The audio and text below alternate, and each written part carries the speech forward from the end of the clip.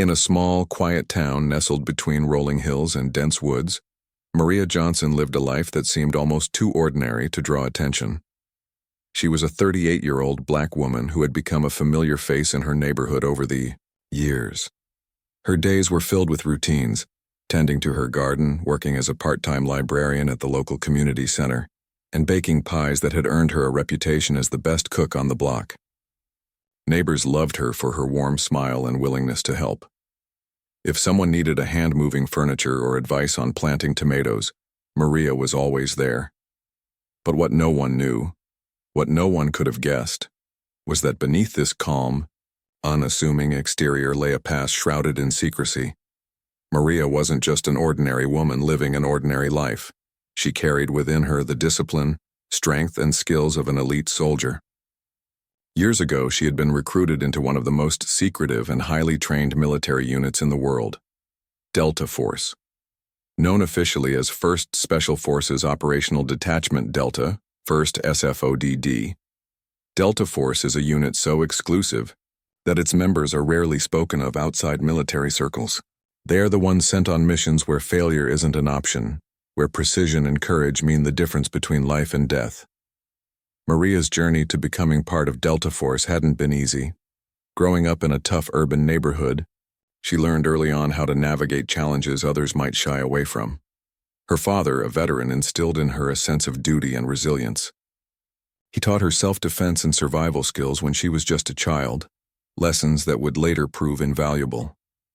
As a teenager, Maria excelled in sports, particularly track and field, which gave her not only physical endurance but also mental toughness. When she joined the Army after high school, it wasn't because she felt pressured, it was because she wanted to serve something greater than herself. Her time in the military was transformative. At first, she faced skepticism. Some of her peers doubted whether a young black woman could hold her own in such a demanding environment. But Maria proved them wrong every step of the way. She pushed through grueling training exercises, earning respect with her determination and skill. Her superiors noticed her sharp instincts and leadership qualities, and before long, she caught the eye of Delta Force recruiters. The selection process for Delta Force is notoriously brutal, a test of both body and mind, but Maria thrived under pressure. She completed the program, becoming one of the few women ever to earn a spot in the unit. After several years of service, including deployments to some of the most dangerous conflict zones in the world, Maria decided it was time for a change. The constant danger and emotional toll had taken their toll on her, and she yearned for a simpler life. So she left the military and moved to this sleepy little town, hoping to leave her past behind. To her neighbors, she was just another friendly face. No one suspected that the cheerful woman handing out slices of apple pie at community gatherings had once been tasked with taking down international terrorists. Despite her attempts to blend into civilian life, Maria never truly abandoned the habits drilled into her during her time in Delta Force.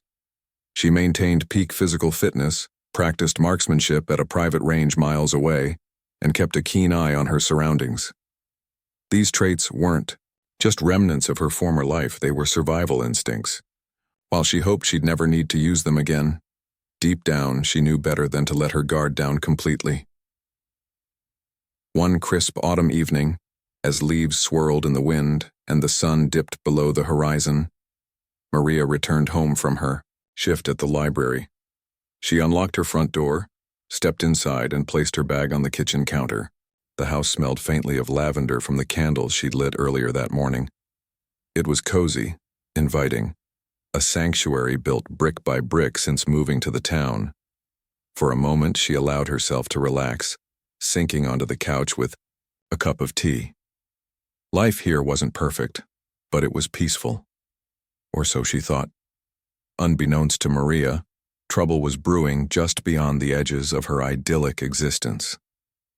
In recent months, whispers of a racist gang operating in nearby areas had begun to circulate. This group, fueled by hatred and prejudice, targeted minority families, vandalizing homes, spreading fear, and leaving destruction in their wake. Their crimes had escalated, yet law enforcement struggled to catch them due to their elusive tactics. What Maria didn't realize was that her address had somehow ended up on their radar, To them, she represented everything they despised, a successful black woman living comfortably in their territory. As night fell, the streets grew silent. Most residents were tucked safely indoors, unaware of the storm about to break. Meanwhile, Maria finished her tea, oblivious to the shadowy figures gathering near her property line. The gang members moved stealthily, their faces obscured by masks, their hands clutching crowbars, spray paint cans, and other tools of destruction. They had come prepared to make a statement, to send a message loud enough to strike terror into anyone who dared defy their twisted worldview. What happened next would change Maria's life forever and reveal the extraordinary warrior hidden beneath her everyday persona. Little did these attackers know they were about to cross paths with someone far more formidable than they could have imagined. For all their bravado, they were walking straight into a trap set not by chance, but by decades of training, experience, and sheer willpower. And while the events of that night would scar Maria deeply, they would also awaken a side of her that had lain dormant for years, a side capable of turning the tide against hatred itself. The stage was set for a confrontation unlike any other, one that would challenge Maria's resolve, test her limits, and ultimately redefine what it meant to stand up against injustice. But for now, as the clock ticked closer to midnight, the calm before the storm lingered, heavy with anticipation. The night air was cool and still, broken only by the distant hum of crickets and the occasional rustle of leaves in the wind. Inside her cozy home, Maria felt a strange unease creeping over her. It wasn't something she could easily explain, subtle shift in the atmosphere, like an invisible weight pressing down on her chest. Years of military training had taught her to trust her instincts, and right now, those instincts were screaming at her that something wasn't right. She walked to the window and peered outside, scanning the darkened street for anything unusual. At first glance, everything seemed normal. The streetlights cast soft pools of light onto the pavement, and the houses across the way stood quiet, their windows dark. But as Maria squinted into the shadows near the edge of her property, she noticed movement, faint but deliberate. Her heart began to race. She couldn't see clearly, but the silhouette of figures moving slowly toward her house sent a chill down her spine. Maria didn't panic. Instead, her mind went into overdrive, calculating every possible scenario. She knew better than to ignore what she had seen. Quietly, she locked all the doors and windows, making sure they were secure. Then she retrieved a flashlight and a baseball bat from the closet, not because she planned to use them, but because having something in her hands made her feel more prepared. She also grabbed her phone, ready to call 911 if needed. As she moved through the house, her movements were calm and methodical, each step purposeful. This wasn't fear driving her, it was control. Minutes passed and the unease grew stronger. Suddenly there was a loud crash from the back of the house. Maria froze, her breath catching in her throat. Someone, or multiple someones, had broken through her kitchen door. Without hesitation, she turned off all the lights, plunging the house into darkness. Her eyes adjusted quickly, and she positioned herself behind the wall leading to the hallway, clutching the bat tightly. She listened, intently, her ears straining to pick up any sound. Footsteps echoed through the house, heavy and confident. They weren't trying to be stealthy anymore. "This is your warning," a voice shouted, dripping with malice. "You don't belong here." Another voice laughed cruelly, followed by the sound of glass shattering, her favorite vase smashed to pieces. Maria's jaw clenched. She recognized the tone immediately. These were not random burglars looking for valuables. These were people driven by hatred, targeting her because of who she was. For a brief moment, anger surged within her, threatening to cloud her judgment. But Maria pushed it aside. Now wasn't the time for emotion, it was the time for action. She reminded herself of the lessons drilled into her during Delta Force training. Stay calm, assess the situation, and neutralize the threat. There were at least 3 intruders, based on the voices she heard, possibly more. Outnumbered and unarmed. Except for the bat, she knew she had to rely on strategy rather than brute force.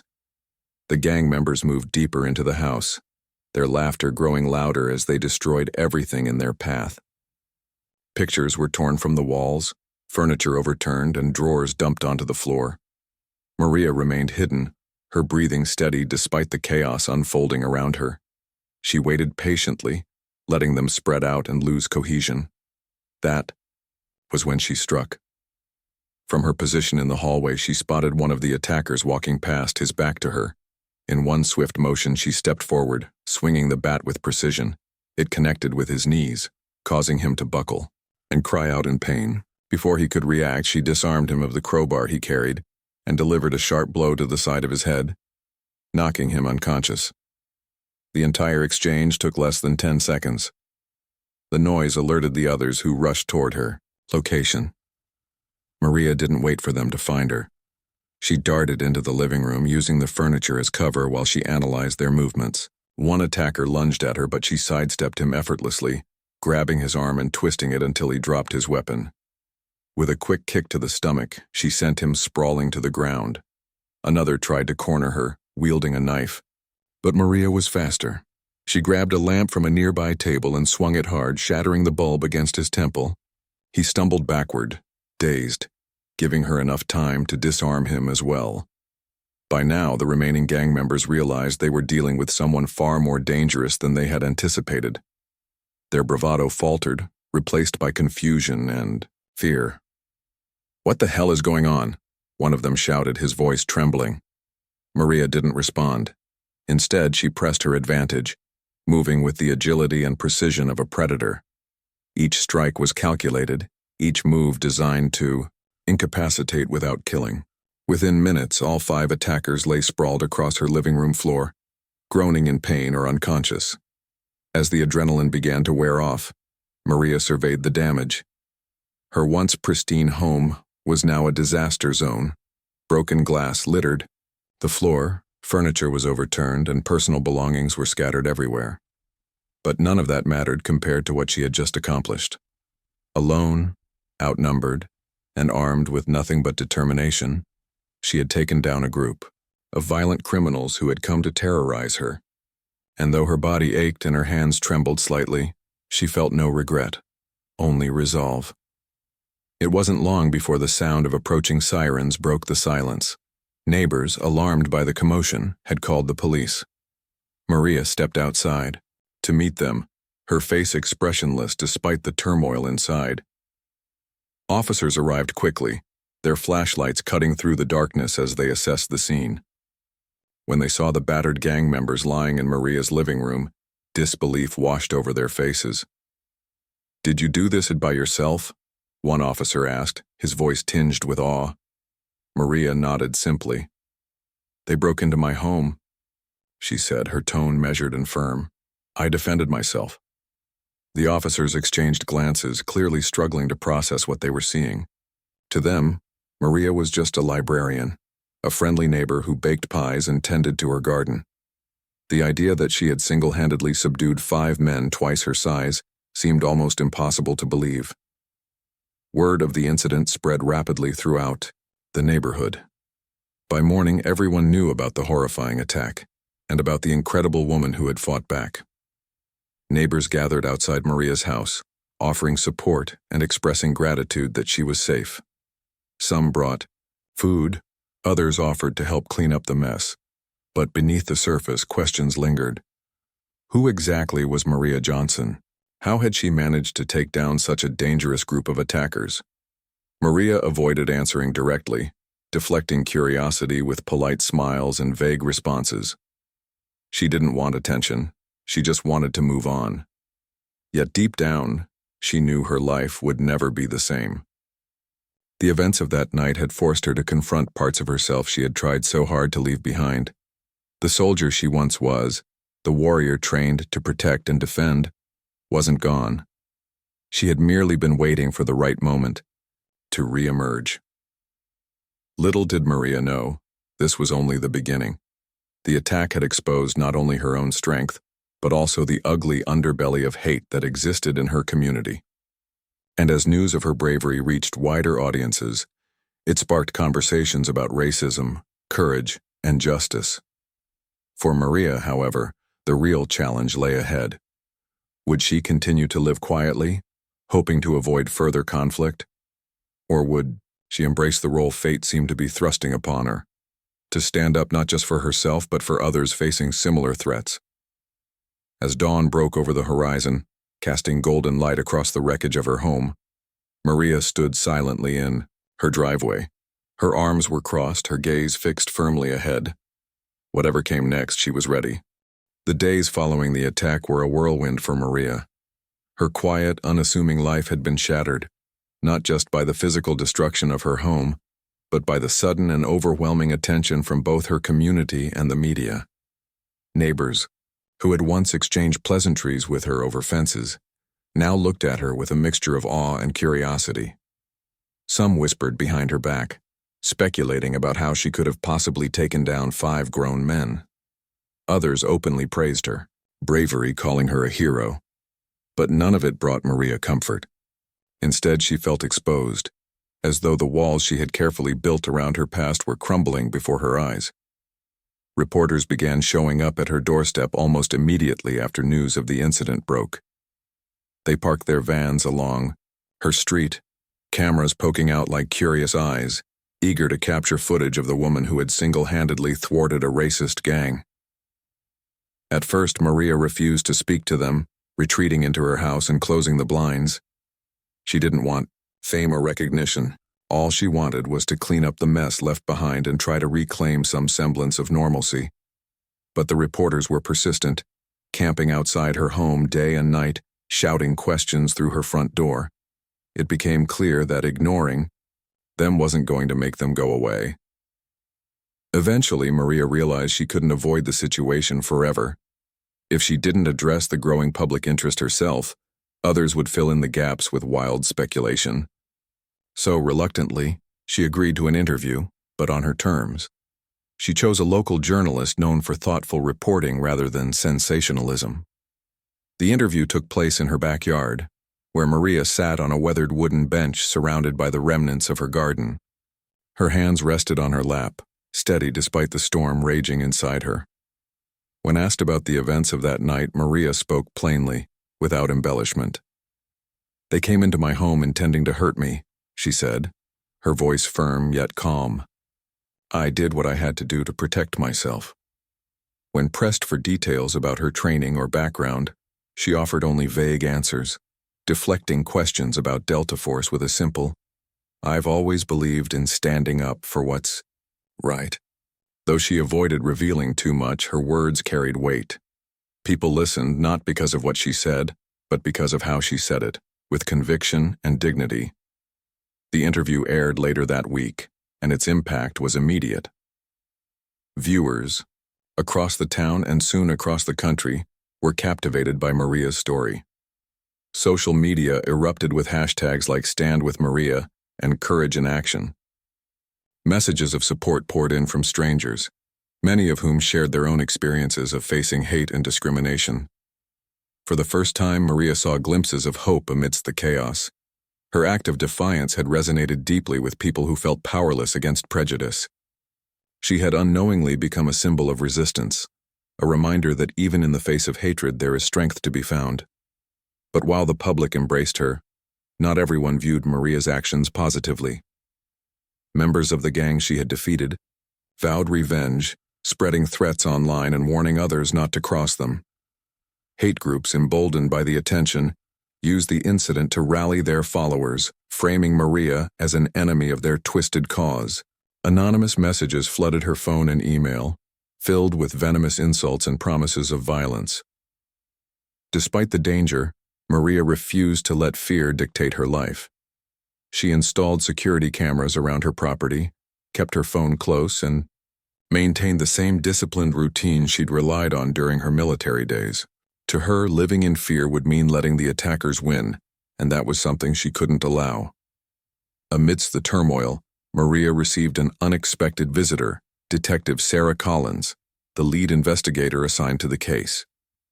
Unlike the other officers who had initially responded to the scene, Detective Collins seemed genuinely interested in understanding Maria beyond the headlines. A tall, no-nonsense woman with sharp features and piercing blue eyes, Collins carried herself with authority but also warmth. She introduced herself with a handshake and a sincere apology for the intrusion. "I know you've been through a lot," Collins said, sitting across from Maria at her kitchen table. "But I need your help to make sure this doesn't happen again to you or anyone else." Over coffee, the two women talked for hours. Collins explained that the gang responsible for the attack was part of a larger network operating across several states. Their targets were often minorities, immigrants, or anyone perceived as different. While arrests had been made thanks to Maria's intervention, many key players remained at large.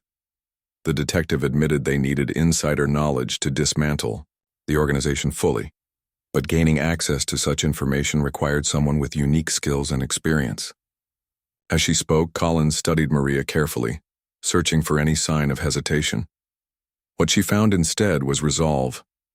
Maria understood the risks involved. Going after a hate group meant stepping back into a world she had worked hard to leave behind, a world of danger, secrecy, and moral ambiguity. Yet as she listened to Collins describe the victims of these crimes, families torn apart, children traumatized, lives destroyed, she felt a familiar tug in her chest. This was why she had joined the military in the first place, to fight for those who couldn't fight for themselves. Could she really turn her back now when so many were counting on her? That night, Maria lay awake in bed staring at the ceiling. Her mind replayed the events of the past week. The attack, the cleanup, the interviews, the threats. She thought about the neighbors who had rallied around her, offering kindness and solidarity. She thought about the messages from strangers thanking her for giving them hope. And she thought about the faces of the gang members she had taken down, their expressions shifting from arrogance to terror as they realized they were outmatched. Slowly, a decision formed in her mind, one that terrified her, but also felt inevitable. The next morning, Maria called Detective Collins and agreed to meet. Over breakfast at a nearby diner, she laid out her conditions: complete confidentiality, autonomy in how she approached the mission, and assurances that her involvement wouldn't jeopardize her safety further.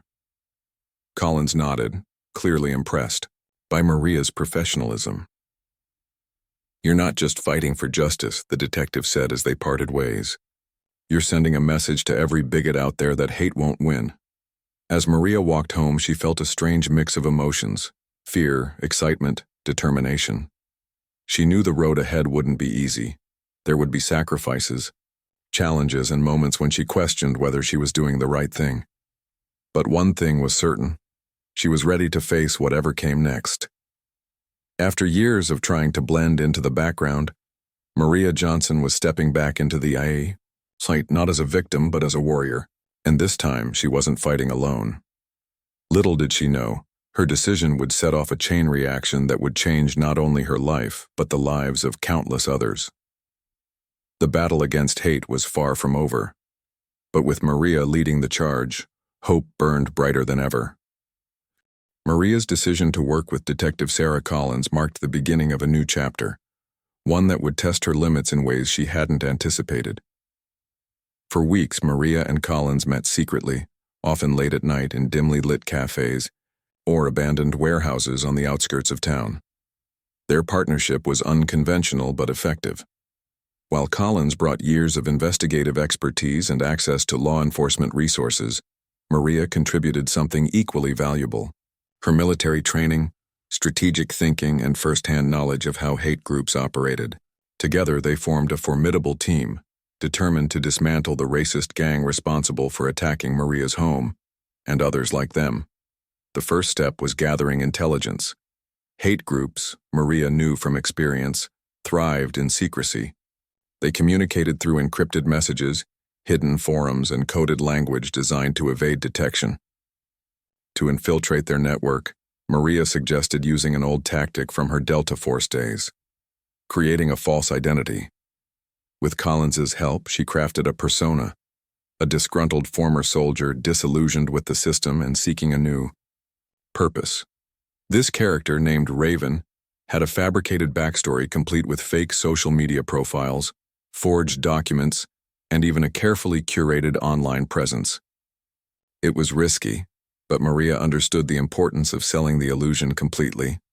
Her plan worked faster than expected. Within days of introducing Raven to underground chat rooms frequented by white supremacist groups, Maria began receiving invitations to private meetings. At first, these were virtual gatherings where members discussed everything from recruitment strategies to plans for future attacks.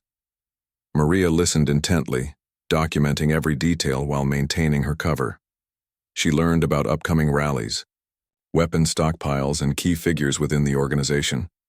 But as trust grew among the group, they started pushing for face-to-face encounters, a development that made both Maria and Collins uneasy. Their first in-person meeting took place in an abandoned warehouse on the edge of a decaying industrial district. Maria arrived alone, dressed in dark clothing and wearing a hoodie pulled low over her face. Her heart pounded as she stepped inside, the smell of rust and damp concrete filling the air. A group of men stood around a makeshift table littered with maps and propaganda flyers. One of them, a burly man with tattoos covering his arms, approached her cautiously. "You're Raven?" he asked, his voice gruff. Maria nodded, keeping her tone steady. "Yeah, heard you guys are doing real work out here." For hours, Maria played her part flawlessly, nodding along as the men outlined their plans for targeting minority communities. They spoke openly, believing she was one of them. Inside, however, Maria seethed with anger. Every word they said fueled her determination to bring them down. When the meeting ended, she slipped away unnoticed, her mind racing with information she could pass on to Collins. Back at her safe house, a small apartment rented under another alias, Maria debriefed Collins. The detective listened intently, jotting down notes and cross-referencing names with existing criminal databases. "We've got enough to take some of these guys off the streets," Collins said, her eyes gleaming with excitement. "But we need more if we're going to shut them down entirely." Maria agreed. Taking down individual members wouldn't be enough. They needed to strike at the heart of the operation, the leaders who orchestrated the violence and kept the machine running. As weeks turned into months, Maria delved deeper into the organization, earning the trust of higher-ranking members. She attended secret meetings, participated in coded conversations, and even helped transport supplies, all while feeding crucial information back to Collins. Each mission brought her closer to the inner circle, but it also increased the danger. The gang's paranoia grew as law enforcement raids became more frequent. Thanks to Maria's intel, members began scrutinizing each other, questioning loyalties, and tightening security measures. Maria knew it was only a matter of time before someone suspected her. One evening, after returning from a particularly tense meeting, Maria noticed something unusual. A black SUV parked across the street from her safe house remained stationary for hours, its occupants watching silently. Her instincts screamed that she was being followed. Rather than confront them directly, she activated a panic button Collins had given her, a device that alerted local police without revealing her location. Within minutes, unmarked cars surrounded the area, forcing the SUV to flee. Though relieved, Maria couldn't shake the feeling that her time under cover was running out. Despite the mounting risks, Maria refused to back down. She knew the stakes were too high, not just for herself but for everyone targeted by these groups. Late one night, as she reviewed evidence gathered over the past few months, she realized they finally had what they needed: proof linking the gang's leadership to multiple violent crimes, including arson, assault, and attempted murder. With this evidence, law enforcement could dismantle the entire operation, arresting dozens of members and bringing justice to countless victims. The final phase of the operation required precision and timing. Collins coordinated with federal agencies, ensuring simultaneous raids across multiple states to prevent any leaks or escapes. Maria, meanwhile, prepared for her most dangerous assignment yet. She volunteered to lead a team into the gang's central headquarters, a fortified compound deep in the woods, where top leaders were planning their next major attack.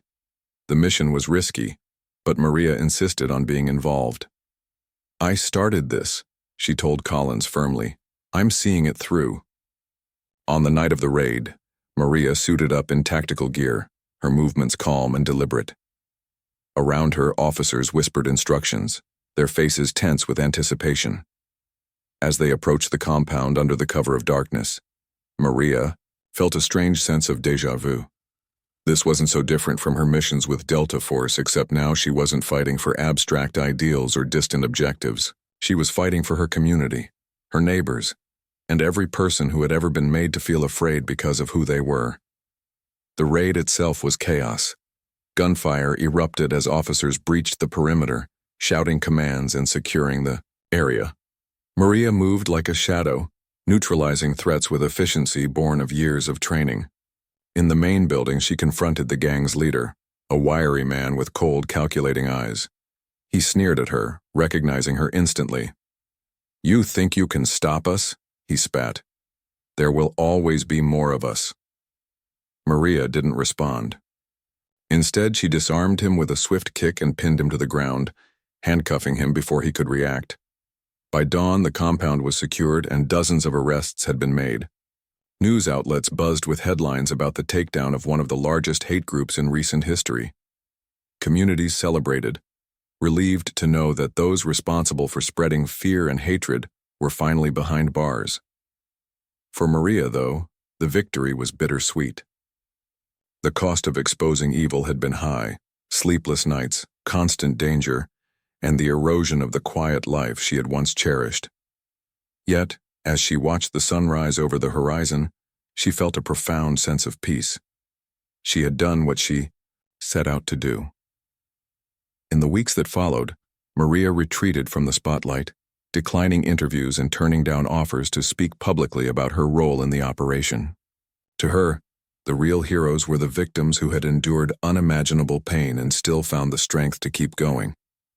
Still, her actions inspired countless others. People began organizing marches, workshops, and support groups aimed at combating racism and fostering unity.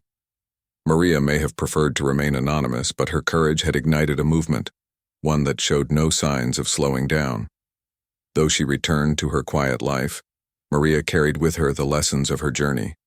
She had faced hatred head-on and emerged stronger, not just as a soldier or a survivor, but as a beacon of hope. And though the scars of her battles would always remain, they reminded her of something important.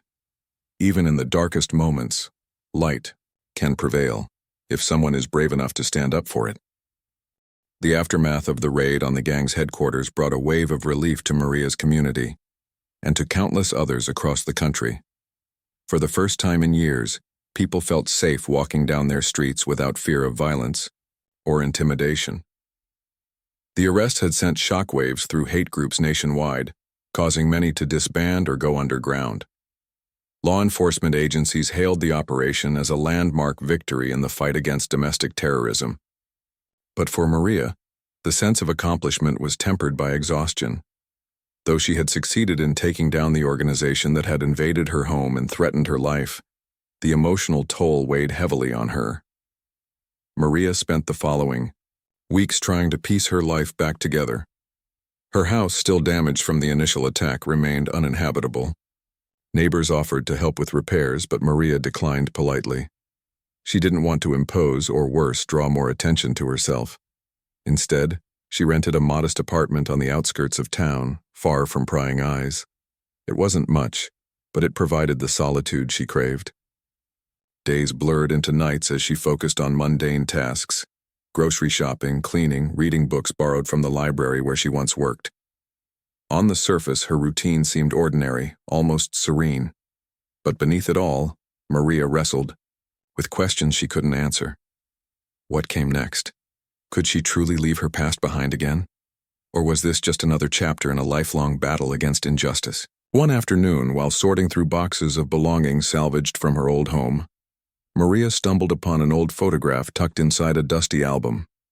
It showed her standing alongside fellow Delta Force members during a training exercise years ago. Their faces were smeared with dirt, their uniforms torn, but they wore expressions of unshakable camaraderie. Looking at the picture stirred memories she had tried hard to suppress. The adrenaline rush of missions, the bonds forged under pressure, the sacrifices made for causes greater than herself. As she traced her fingers over the faded image, Maria realized something profound. She missed the clarity of purpose that came with serving a mission larger than personal gain. That same evening, there was a knock at her door. Expecting a neighbor, or delivery person, Maria opened it cautiously.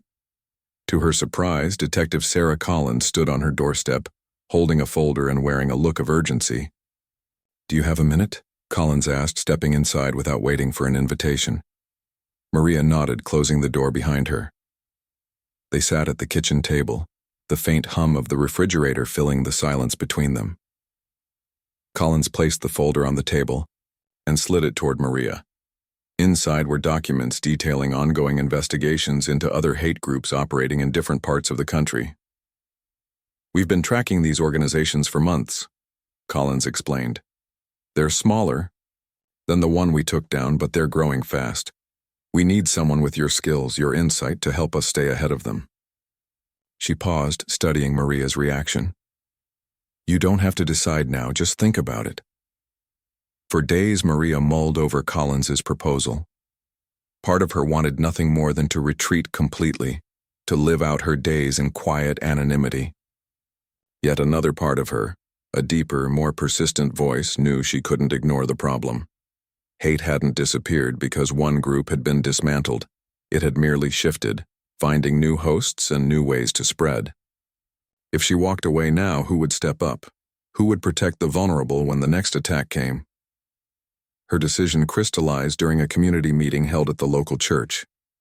Dozens of residents gathered to discuss how they could support each other in the wake of recent events. Speakers shared stories of resilience, urging everyone to stand united against bigotry. Maria listened quietly from the back row, moved by the determination in their voices. When the floor opened for questions, a young girl raised her hand hesitantly. "What if they come back?" she asked, her voice trembling. "What do we do then?" The room fell silent. No one seemed to have an answer. Then, slowly, Maria stood up. All eyes turned to her as she stepped forward. "They might try to come back," she said, her tone steady. "But we won't let them win, not here, not anywhere." She went on to explain the importance of reporting suspicious activity, supporting victims, and educating others about tolerance and acceptance. By the time she finished speaking, the crowd erupted in applause. For the first time in weeks, Maria felt a spark of hope, not just for herself, but for the future. Inspired by the meeting, Maria reached out to Collins and accepted her offer. Together, they devised a plan to create a specialized task force dedicated to combating hate crimes nationwide. Unlike traditional law enforcement units, this team would focus not only on apprehending criminals but also on addressing the root causes of prejudice, poverty, ignorance, and fear. Maria insisted on leading the initiative, knowing firsthand the challenges involved. "This isn't just about catching bad guys," she told Collins. "It's about changing minds and saving lives." Building the task force required months of planning and coordination. Maria recruited individuals from diverse backgrounds, former soldiers, social workers, educators, psychologists, all united by a shared commitment to justice. Training sessions emphasized empathy as much as strategy, teaching members how to de-escalate conflicts and build trust within marginalized communities. Maria pushed herself harder than ever, pouring her energy into creating a model for effective intervention. Slowly but surely, the team began making progress. Their first major success came when they uncovered a plot to bomb a multicultural festival in a nearby city. Acting on intelligence gathered by Maria's network of informants, the task force intervened just hours before the attack was set to occur. The suspects were arrested, and the event proceeded peacefully, drawing thousands of attendees. Afterwards, organizers credited Maria's team for preventing what could have been a catastrophic tragedy. News of their work spread quickly, earning them recognition and funding from government agencies eager to replicate their methods elsewhere. As the task force expanded its reach, Maria found herself traveling frequently, consulting with local leaders, and training new recruits. Each trip reminded her of why she had chosen this path. In Chicago, she met immigrant families living in constant fear of deportation raids. In rural Mississippi, she spoke with black farmers facing threats from white supremacist militias. Everywhere she went, she saw echoes of her own struggles, but also glimmers of hope. People were fighting back, refusing to be silenced or intimidated. And though the road ahead remained long and uncertain, Maria drew strength from their courage. Back home, Maria continued to rebuild her life, finding joy in small moments, laughter shared with friends, sunsets viewed from her balcony, letters received from strangers thanking her for her efforts. She still carried scars, both visible and invisible, but they no longer defined her. Instead, they served as reminders of battles fought and lessons learned. She had once believed that leaving her military career behind meant leaving behind the warrior within her. Now she understood that true strength lay not in weapons or tactics, but in compassion, resilience, and the unwavering belief that good could triumph over evil. Years later, Maria's legacy extended far beyond the task force she had founded. Communities across the nation implemented programs inspired by her work, fostering dialogue and understanding among neighbors divided by race, religion, or politics. Schools introduced curricula focused on anti-racism and conflict resolution. Even politicians cited her example when advocating for policies aimed at reducing inequality and promoting peace. Though Maria shunned accolades, preferring to remain in the background, those who knew her best recognized her impact. To her neighbors, she was still the kind woman who baked pies and tended her garden. To her colleagues, she was a leader who inspired greatness in others. And to the countless individuals whose lives she touched directly or indirectly, she was a hero, not because of titles or medals, but because of her actions. Maria Johnson had started as an ordinary woman thrust into extraordinary circumstances. Along the way, she had discovered that heroism wasn't reserved for superheroes or legends. It belonged to anyone willing to stand up, speak out, and fight for what was right. And so, as Maria watched the world change around her, she allowed herself a rare moment of pride. The journey hadn't been easy, and it certainly wasn't over. But for now, she could rest assured that she had done her part, and that others would carry the torch forward. After all, the fight against hatred was never truly won. It was a battle fought every day in countless acts of kindness, bravery, and love. And Maria, whether armed with a weapon or a simple smile, had proven time and again that she was ready to answer the call. Years passed, and Maria Johnson's name became synonymous with resilience, courage, and hope. Though she continued to live modestly in her quiet corner of the world, her influence stretched far beyond the boundaries of her small town.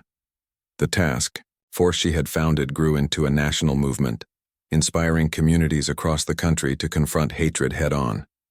Schools named programs after her, activists cited her as a role model, and even late-night talk show hosts occasionally joked about calling Maria whenever injustice reared its ugly head.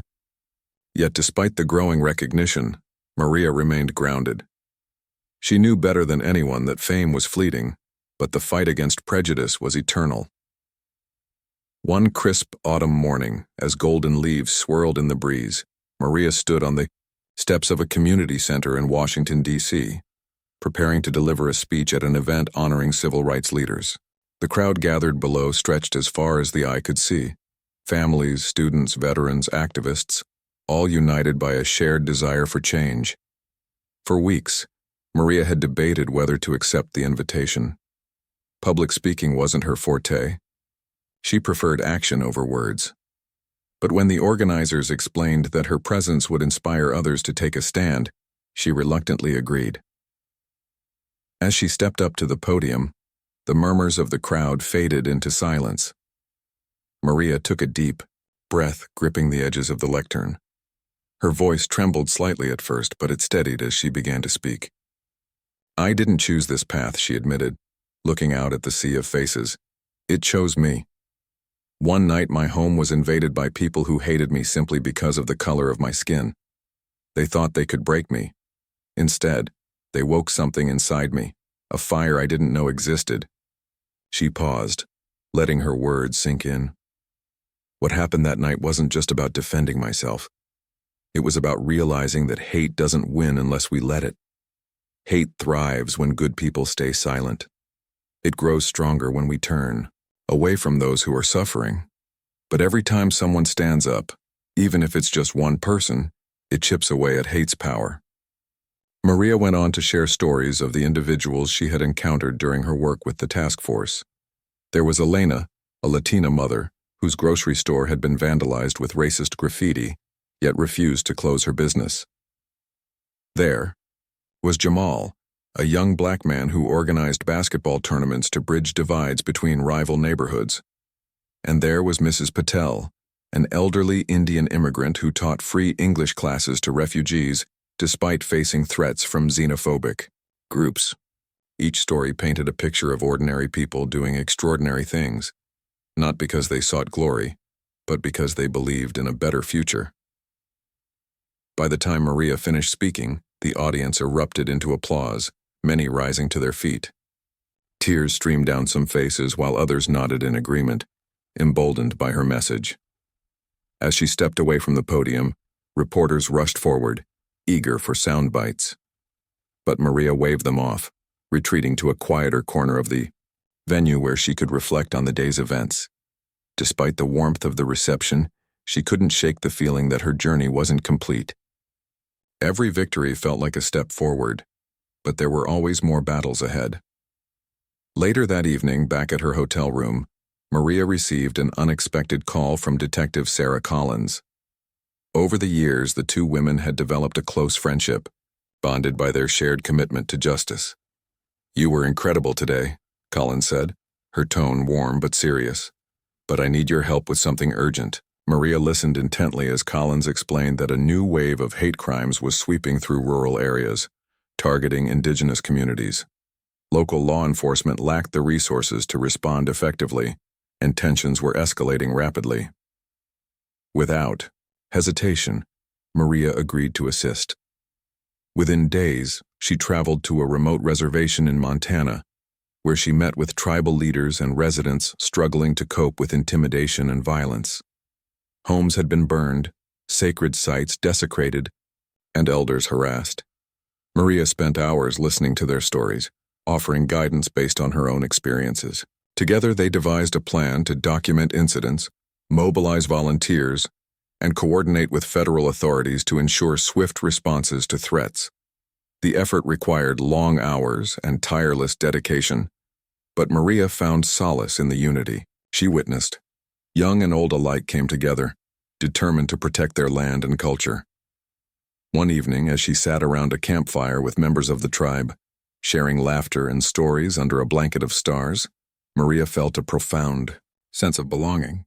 These people, though different from her in so many ways, reminded her of why she fought, not for accolades or recognition, but for the simple belief that everyone deserved to live free from fear. Back home, Maria resumed her routine, balancing her responsibilities with the task force and her personal life. Friends often joked that she should write a book or start a podcast, but Maria dismissed the idea. "My story isn't special," she would say with a shrug. "It's just proof that anyone can make a difference if they're willing to try." Still, she couldn't deny the impact her actions had made. Letters poured in daily, from teachers using her example to inspire students, from parents naming their daughters after her, from strangers thanking her for giving them hope during dark times. One letter, however, stood out among the rest. Written by a teenage boy named Marcus, it read, "Dear Ms. Johnson, I used to think I was powerless. When kids bullied me at school or called me names, I stayed quiet because I didn't want to cause trouble. Then I heard about what you did. You showed me that standing up doesn't mean being loud or strong. It means being brave enough to say no to hate. Now I'm starting a club at my school to teach other kids how to stand up too. Thank you for showing us what's possible." Maria kept the letter tucked inside her journal, reading it whenever doubt crept in. It reminded her that change didn't happen overnight, and that even the smallest acts of defiance could ripple outward, touching lives in ways she might never fully understand. As the years rolled on, Maria grew older, her hair streaked with gray and her body bearing the marks of countless battles. Yet her spirit remained unbroken. She continued to mentor young activists, attend rallies, and advocate for policies aimed at dismantling systemic racism. Her legacy lived not only in the institutions she helped build, but also in the hearts of those she inspired. On her 60th birthday, surrounded by friends, family, and colleagues, Maria reflected on her journey. From the quiet librarian trying to blend into suburban life to the fearless leader confronting hatred wherever it lurked, she had come full circle. "I'm not special," she told the group, raising a glass in a toast. "None of us are. What makes us powerful is our ability to care for each other, for our communities, for the world. If we keep doing that, no amount of hate will ever win." Her words echoed long after the celebration ended, carried forward by those who had heard them.